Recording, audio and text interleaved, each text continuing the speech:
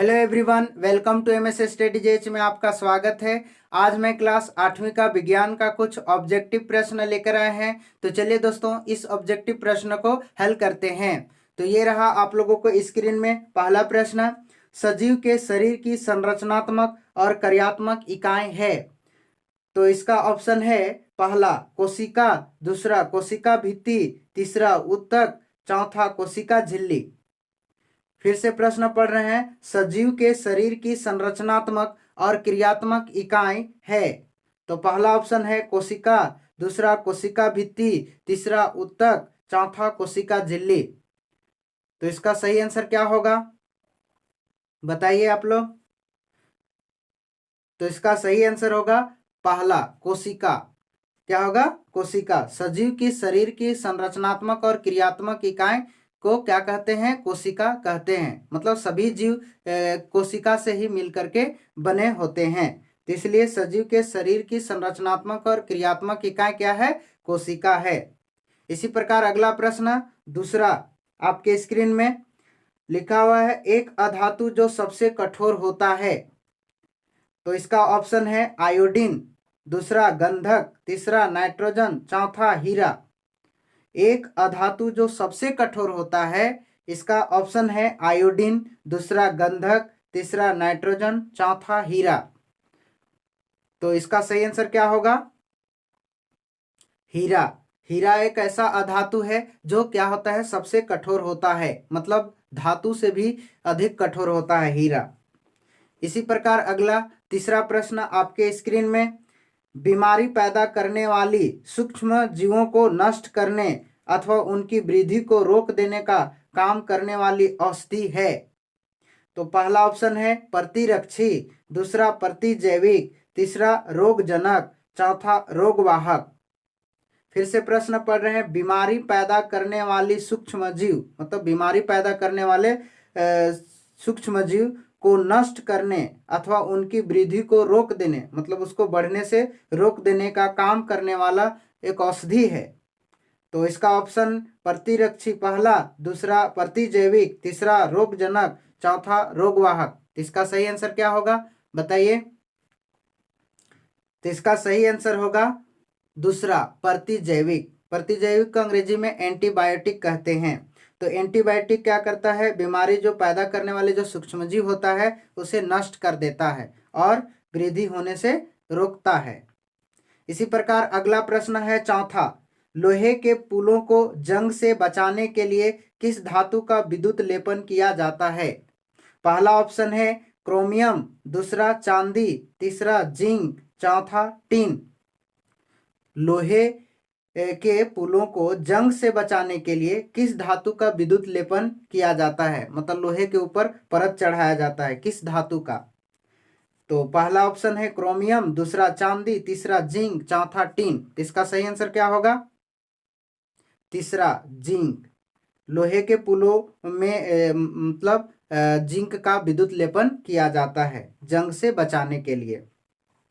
इसी प्रकार अगला प्रश्न है पांचवा, वृषण एवं अंडाशय द्वारा स्रावित हार्मोन कहलाता है।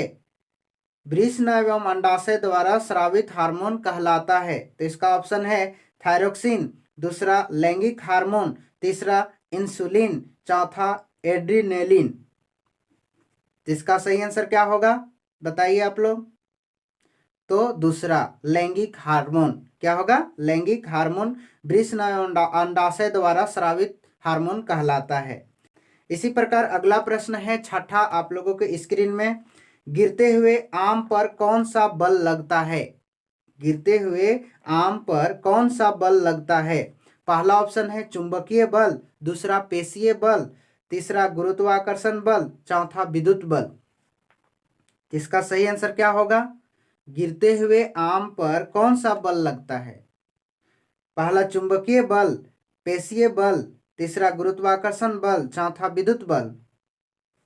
इसका सही आंसर होगा तीसरा गुरुत्वाकर्षण बल, मतलब पृथ्वी है से अपनी ओर खींचती है।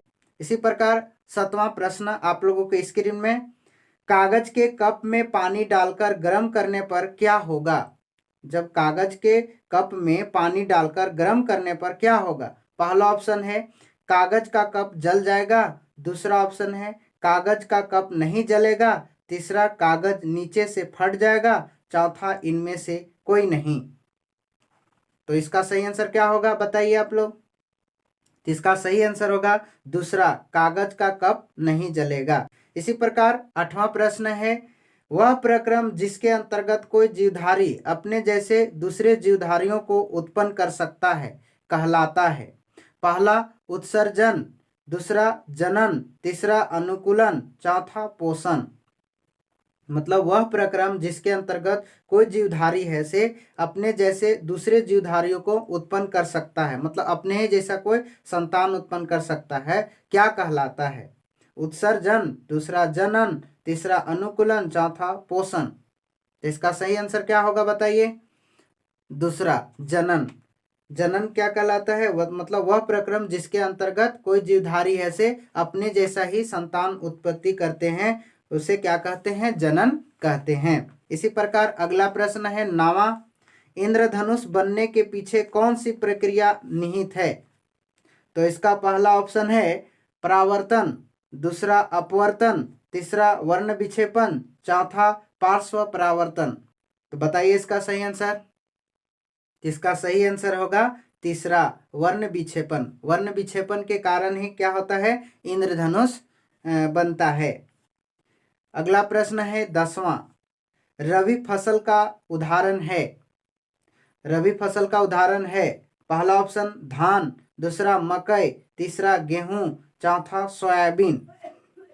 इसका सही आंसर क्या होगा आप लोग बताइए। इसका सही आंसर होगा गेहूं। क्या होगा, गेहूं। मतलब रवि फसल का उदाहरण क्या है, गेहूं।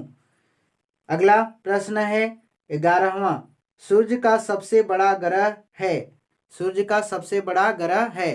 तो पहला ऑप्शन है पृथ्वी, दूसरा बुध, तीसरा बृहस्पति, चौथा शुक्र। तो इसका सही आंसर क्या होगा, बृहस्पति। मतलब सूर्य का सबसे बड़ा ग्रह कौन सा है, बृहस्पति है। अगला प्रश्न है 12वां, ग्रह की परिक्रमा करने वाले खगोलीय पिंड को क्या कहते हैं। मतलब ग्रह के चारों ओर चक्कर लगाने वाले खगोलीय पिंड को क्या कहते हैं। पहला ऑप्शन है उपग्रह, दूसरा तारा, तीसरा उल्का पिंड, चौथा क्षुद्र ग्रह। तो इसका सही आंसर क्या होगा बताइए आप लोग। इसका सही आंसर होगा पहला, उपग्रह। मतलब ग्रह के चारों ओर घूमने वाले को क्या कहते हैं, उपग्रह। मतलब और सूर्य के चारों ओर चक्कर लगाने वाले को क्या कहते हैं, ग्रह कहते हैं। तो ग्रह के चारों ओर परिक्रमा करने वाले को क्या कहते हैं, उपग्रह कहते हैं।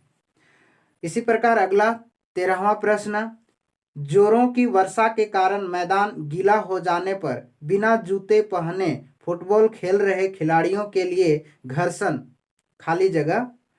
मतलब जोरों की वर्षा के कारण मैदान गीला हो जाने पर बिना जूते पहने फुटबॉल खेल रहे खिलाड़ी के लिए घर्षण, खाली जगह, क्या होगा।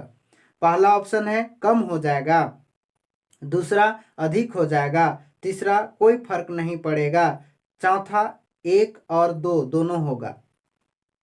तो इसका सही आंसर क्या होगा, पहला, कम हो जाएगा। क्या हो जाएगा, कम हो जाएगा।